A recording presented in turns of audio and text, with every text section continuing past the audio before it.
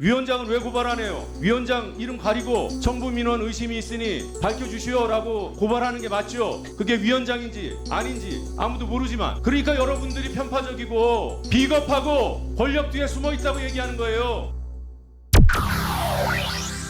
박종현 감사실장님, 당시에 사무총장 직무 대리셨죠? 예, 그렇습니다. 공정하고 성실하게 감사 임하고 계신다고 했죠? 예, 그렇습니다. 공정하고 성실한 감사는 개인의 의지로 이루어집니까? 제도적인 장치로 이루어집니까? 법과 규정에 본인의 의지와는 무관한 거예요. 유감스럽게도. 그렇죠? 그렇습니다. 본인은 지난해 이 민원 사주라고 불리는 사건이 있었을 때 사무총장 직무 대리였죠? 예, 그렇습니다. 그리고 일정 시점 이후에 감사실장을 맡으셨어요. 유희목 민원시청 사실 9월 14일, 9월 13일쯤에 최소한 확인된 것으로 나오고 9월 14일에 이걸 보고해야 된다는 거. 유희목을 찾아낸 사람은 보고해야 한다고 했고 보고서를 만들었어요. 그 당시 사실 알았습니까? 그건 알지 못했습니다. 9월 27일에 사내 게시판에 이런 글이 올라왔죠. 유희림 위원장님, 왜 회피하지 않으십니까? 이거는 유희림 위원장 지인들, 가족을 포함한 지인들이 민원 신청인이니 이해 충돌 회피하라는 일종의 보원 아닙니까? 맞습니까? 아닙니까? 저도 그 게시글은 봤습니다. 네. 그러나 통상적으로 게시글의 성격만으로 그것을 어떠한 민원인을 특정할 수 없는 위원회의 이런 상황을 그래서 그거에 대해서는 이런 일이 있을 수 있나 정도만 인식하고 있을 수 있나라고 인식하셨을 때 감사실장이셨죠? 예, 그렇습니다. 조사해봐야 된다는 생각 안 했습니까? 직원들이 이미 알고 있는데. 제가 말씀드린 거는 통상적으로 민원을 시청할 때는 민원 시청 내용에 대해서는 안건서에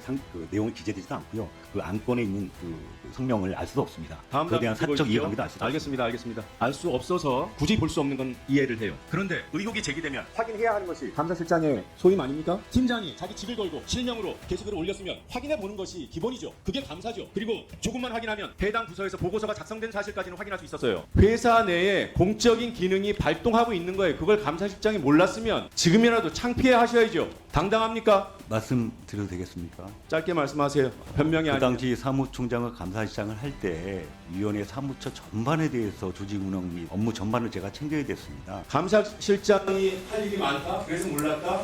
위원장의 이해충돌과 관련된 그런 의혹이 제기되는데 그게 후순입니까? 안이하게 판단하십니까? 그런 안이한 판단과 위원장을 위한 그런 입장 때문에 지금도 감사실장 하고 계시다고 생각하지 않아요?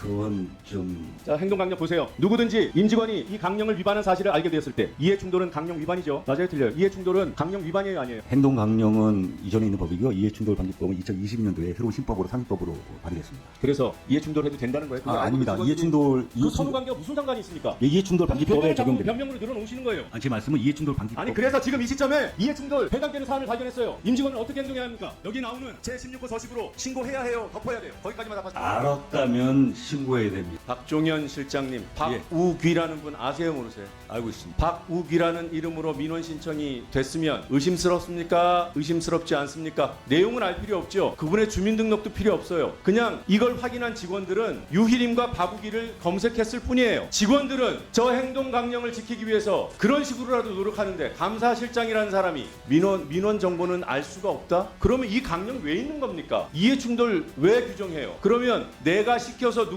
위원장이 누군가를 시켜서 민원 제기하게 하면 다 덮이는 거네요. 지금 감사실장의 논리대로라면 감사실 필요가 없는 거죠. 제가 말한 거는 그런 상황을 말씀드렸다는 거고요. 그 상황을 지금 감사실장이 할 수 있는 얘기는 내가 용기가 없고 비겁해서 유일인 편에 섰다. 그 자백밖에 없습니다. 이종육 기조실장님, 네. 기관의 명의로 직원들을 고발했는데 고발 당시에 대상자가 직원인 줄 몰랐다라고 답하셨어요? 직원인지 몰랐다가 아니라 직원일 수도 그 있지만, 당시에, 예. 네, 그러나 예. 밝혀야 되니까 했다. 네, 그렇습니다. 그래서 사실관계를 정확히 모르고 있는 상황에서 문제가 있을 수 있다고 판단해서 고발하신 거죠? 네, 그렇습니다. 네. 민원 유출 정보가 정확히 있어서 네. 근데 개인정보 유출이 맞다면 범죄일 수 있으니까. 네. 네. 청구 민원이 맞다면 범죄일 수 있죠. 지금 사실관계는 지금 명확히 모르신다는 거고. 네, 그렇습니다. 그렇죠? 이러저러한 주장들이 많이 나오고 있죠. 특히나 방심위 직원들 전원이, 여러분들 빼고 전원이 문제가 있다고 하고 있죠. 네, 그렇습니다. 근데 이걸 왜 고발 안 해요? 왜 직원들이 걸릴 수 있는 것만 고발하고 위원장의 이 의심스러운 행위는 고발하지 않습니까? 그게 정당하고 공정한 처사입니까?